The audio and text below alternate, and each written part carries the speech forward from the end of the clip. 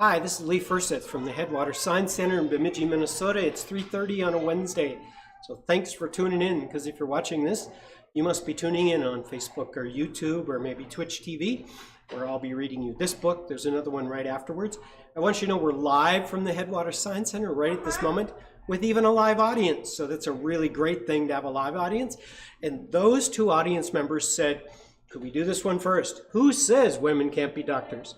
Who says women can't be doctors will be the first one. We're going to follow it up with another one. I've never read from this location. We've been doing this for over 2 years on Wednesdays. And I've never read from this location. So here is some doctory kind of stuff with an x-ray screen, some lights. There's an actual model of a skeleton, or at least part of the body. And then we pan a little bit to my right. Here's an actual skeleton. This is an actual human skeleton that we have here at the Headwater Science Center. So, who says women can't be doctors? Is our story today. Here we go. Who says women can't be doctors? Who says that women can't be doctors? The story of Elizabeth Blackwell. It's written by Tanya Lee Stone. Back in the 1830s, you can go ahead and do the math. 1830s, okay. Back in the 1830s, there were lots of things women couldn't be. Girls were only supposed to be wives, mothers, maybe an occasional teacher or a seamstress. Those were all possibilities. Being a doctor was definitely not an option. What do you think changed all that? Better yet, who changed all of that?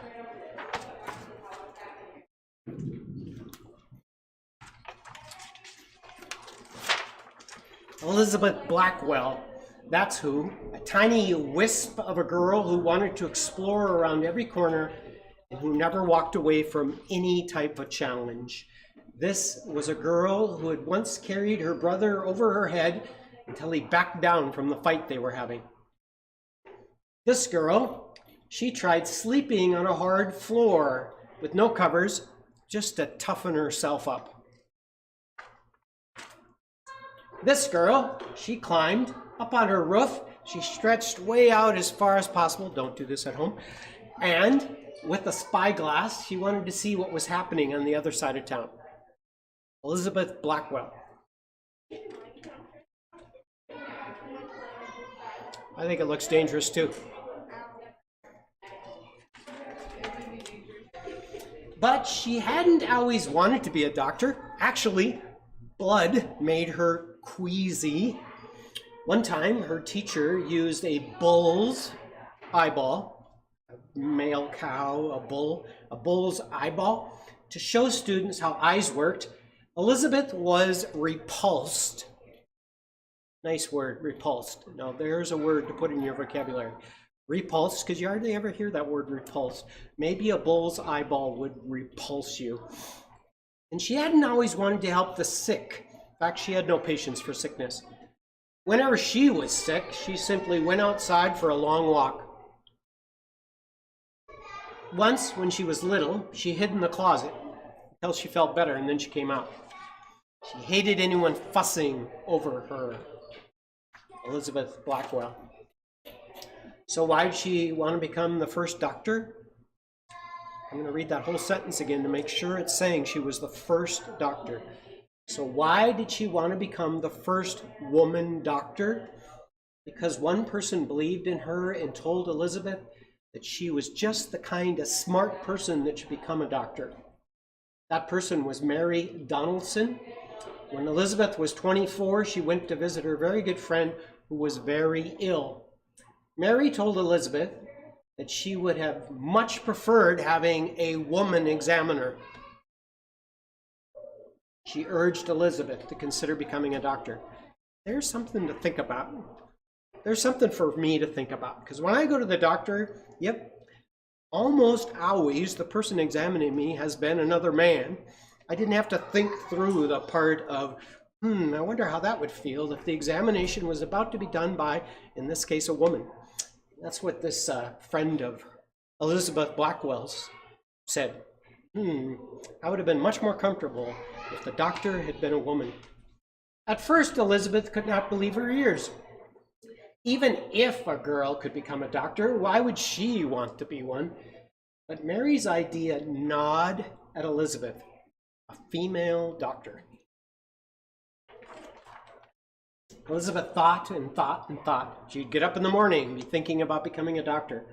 She thought about it when she went away to sewing circles. She thought about it when she was having tea. If you're wondering about that tea thing, I think it explains it in just a little bit. She even dreamed about it at midnight. Becoming a doctor. Finally, Elizabeth asked doctors and friends. Some thought it was a great idea, but didn't think there was any way she could ever be one. Others thought, nope, that's not right. Women are too weak for such hard work. Women aren't smart enough to be doctors. Lots of laughing. Some people actually laughed at her. They thought she was joking. Elizabeth didn't see anything funny about becoming a doctor, even though she was a woman. Elizabeth thought it was a fine idea, and her family supported her. She worked as a teacher to earn money. She applied to a handful of medical schools. All of them sent back the exact same answer. Any guesses? No. And then if that wasn't enough, lots of no's. No woman allowed. That's what she was told over and over again. More letters arrived at her door. One by one, all the answers are always the same. No, no, no. For those of you viewing this on whatever screen you happen to be on, there's a lot of no's. In fact, I think it tells us 28 of them. In different ways, the letters all said the same thing. Women cannot be doctors. Women should not be doctors. But Elizabeth didn't believe in couldn'ts or shouldn'ts. She refused to give up. She was as stubborn as a mule. Quite rightly. One day an envelope arrived from a college. She opened it, and that's when everything changed. The answer was any guesses? Yes. The answer was a yes. Yes! In case it wasn't printed big enough. Elizabeth packed her bags and headed off to Geneva Medical School. This is located in upstate New York. The townspeople had been expecting her. They must have heard she was coming. As she walked down the street, some of them pointed at her and stared. They whispered to themselves that she shouldn't become a doctor. That's crazy. They even thought she was crazy. Elizabeth thought, well, at least the students will think this is a good idea. Except her fellow students didn't think so either. The teachers had let the students vote on whether or not she should be able to go to that school. And the boys, figuring the school would never let her go there anyway, said yes. They planned that the whole thing would get turned around as if it was some big joke. The joke was on them.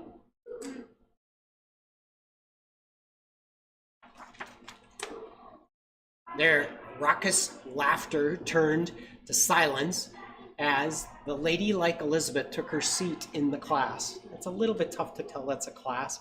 Looks like more maybe one of those lecture halls that sometimes are at colleges.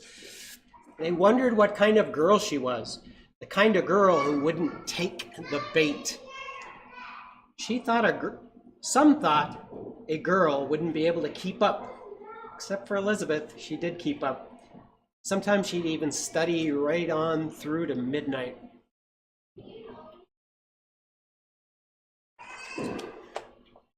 Elizabeth proved that she was just as smart as any of the boys, and soon the boys wanted to know what Elizabeth thought about this and thought about that. It took the townspeople longer to accept her. Some people were afraid. They were afraid of anything that was new. Not Elizabeth. Class of 1849. January 23rd, 1849, Elizabeth graduated with the highest grades in the class. She had become the first woman doctor in America. Although many people were proud, others were angry. One doctor even wrote, "I hope for the honor of all of humanity, this never happens again." I had to change my voice there. I kind of was pretending to be that guy. Must be him. I hope for all of humanity this never happens again. But as you know, she certainly was not, in case they left off the rest of the sentence, right? But as you know, she certainly was not the last woman to ever become a doctor. I got this from the Bemidji Library, and as they often do, especially in the nonfiction category, if you were to go get this book, you could read all about Elizabeth Blackwell. I'll let you do that on your own. And then, as often happens with books, these were the sources, in case you wanted to go and say, I want to know more about her. You could go read, find out the sources. Now to the second book. It's really the reason I chose to read from here, although there's lots of doctor kind of stuff right here. This one's called Bones by Bones. Same place, Bemidji Public Library, Bone by Bone. Comparing animal skeletons. Ryan, you did a show about comparing bones. When I watched Ryan's show, he was talking about how when a bone comes through our front doors at the Science Center, we're often asked, so what is it? Where did it come from? Ryan had this whole process that can be used for determining.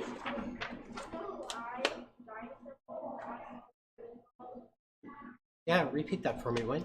He's curious if we want to know why dinosaur bones are so valuable.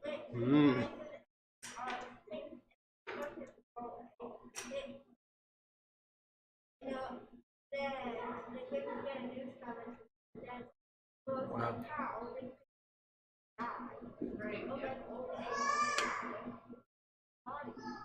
Great question. Fewer of them all the time. Yeah.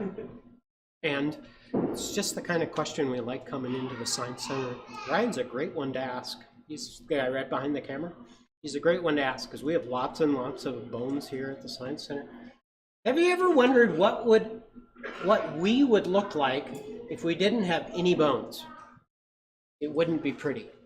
That's what we'd look like. Luckily, we don't have that problem. We are vertebrates. Animals with bones. Our bones hold us up. Vertebrates come in different shapes and sizes, but we have many of the same bones. All vertebrates have skulls and ribs. That sound right to you, Ryan? Okay. I like to, even though I'm reading a book, I like to key into Ryan to go, is that right? And we all have a vertebrae. Vertebrae stack one on top of another all the way up and become what we call our spine, backbone. Can you imagine how you'd look if we added a few more bones to your spine? Let's just say we decided not to stop right at your rear end and we added a few more. What if they kept going? You'd have a tail. Tails are made of the vertebrae. Lots of animals have tails. They wag their tails on happy days and sweep from side to side to help alligators when they're swimming. What would happen if we took away some of the bones? What if you didn't have any arms or legs? What animal would you be if all you had was a skull, the vertebrae, and ribs?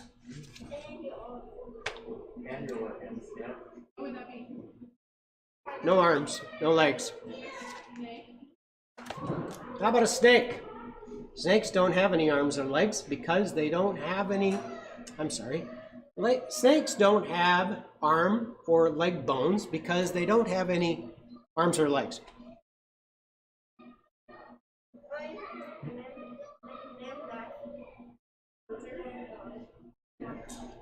What kind of an animal would you be if we took away your leg bones but kept your arm bones? Here's a hint. We'd also move your breathing holes from the front of your face to the top of your skull.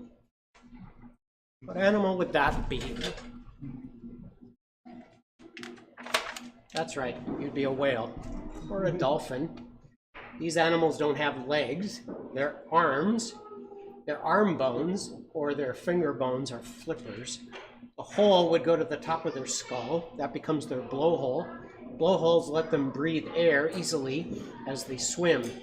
So instead of having to tilt their head up when they're swimming around in the water, they can just let their head emerge out of the water, and that'll do it.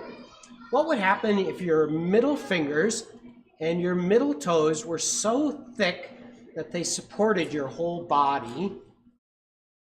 What kind of animal would that be if those bones were so strong that they would hold up your Before we body? switch pages here, though, you'll see there is a little bone kind of floating around in the middle of the whale on the underside there. You see that one? Right there. So that's whales still have a pelvis. Even though they don't have any legs, they still have the bones that your legs would attach to. And they're not attached to anything anymore because they haven't had any legs for a long time, so they're, we would say, vestigial at this point. But they have a floating pelvis, as they describe it. It's not attached to anything. And we might see some similar critters to what whales used to look like here in a second. Back to what would happen if you just had a finger that was at the end of your hand. If you just had a middle toe, that would be a horse or a donkey or maybe a zebra. These animals have only one toe on each leg. Instead of fingernails and toenails, they have hooves. Whales also used to have hooves. Wow. We do follow-up shows. They're usually on Fridays. This could be already what the follow-up show is going to be. Don't forget the book about the very first woman doctor. That's another choice. What kind of animal would you be if you had only 2 fingers on each hand and 2 toes on each foot?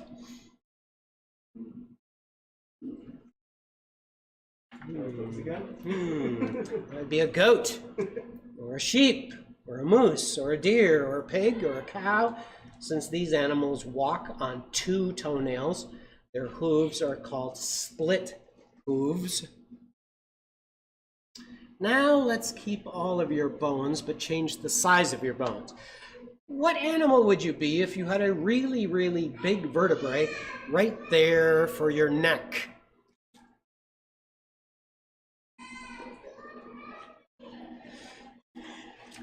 That would be a giraffe. Both humans and giraffes have 7 vertebrae. We have the exact same number of vertebrae in our necks, but giraffe vertebrae are enormous. Each vertebrae is about 10 inches in length. It's about as big as your head. Each vertebrae is about the size of your head. What kind of animal would you be if your leg bones were much, much longer than your arm bones? Your leg bones are much, much longer than your arm bones. Just like a frog. Frog. That would be a kangaroo, or maybe a rabbit. Or a hare, if you'd rather use it. Or frog. What kind of animal would you be if your finger bones grew so long that they could reach all the way down to your feet? Want that one again? If your finger bones grew so long that they reached all the way down to your feet, that would be a bat. Bat wings are made of finger bones. A web of skin connects the bones to make the wings so that bats can fly. What if we could take away all of the bones? Could you be an animal if you didn't have any bones at all? No bones. Any animals that don't have bones?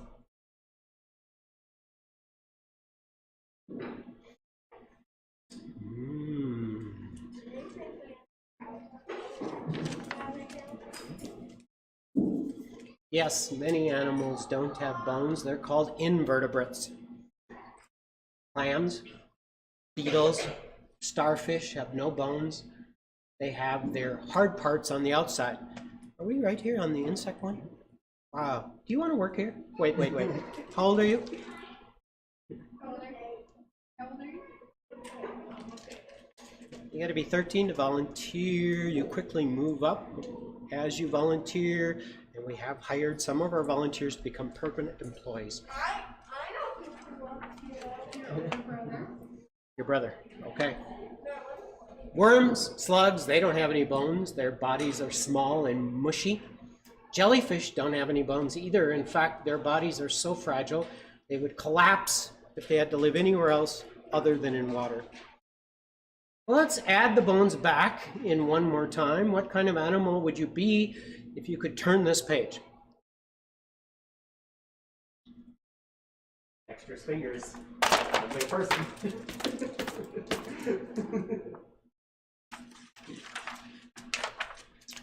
A human. Bones in our hand look a lot like the bones many other animals have, but we can move our thumbs in a special way that allows us to do things, including turn the pages of books. Our special thumbs are called opposable thumbs.